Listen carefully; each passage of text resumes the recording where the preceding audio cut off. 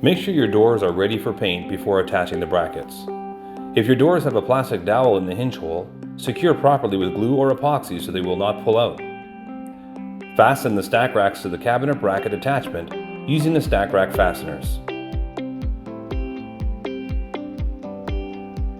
Using your original cabinet hinge screws, attach the bracket to the door.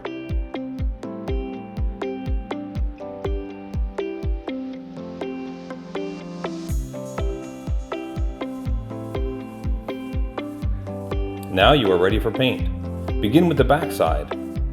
While it is still wet, flip it and paint the edges and face. Continue to do this until all coats are applied.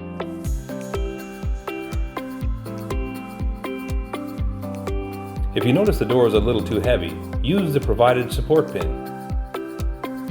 Simply slide it through the existing door handle hole. You can even use the pin when flipping the door so that you do not touch the painted surface. If you are not using the support pin, all equally sized and lightweight doors can be stacked to dry. Once dry, simply unscrew the cabinet bracket attachment and replace with your cabinet hardware.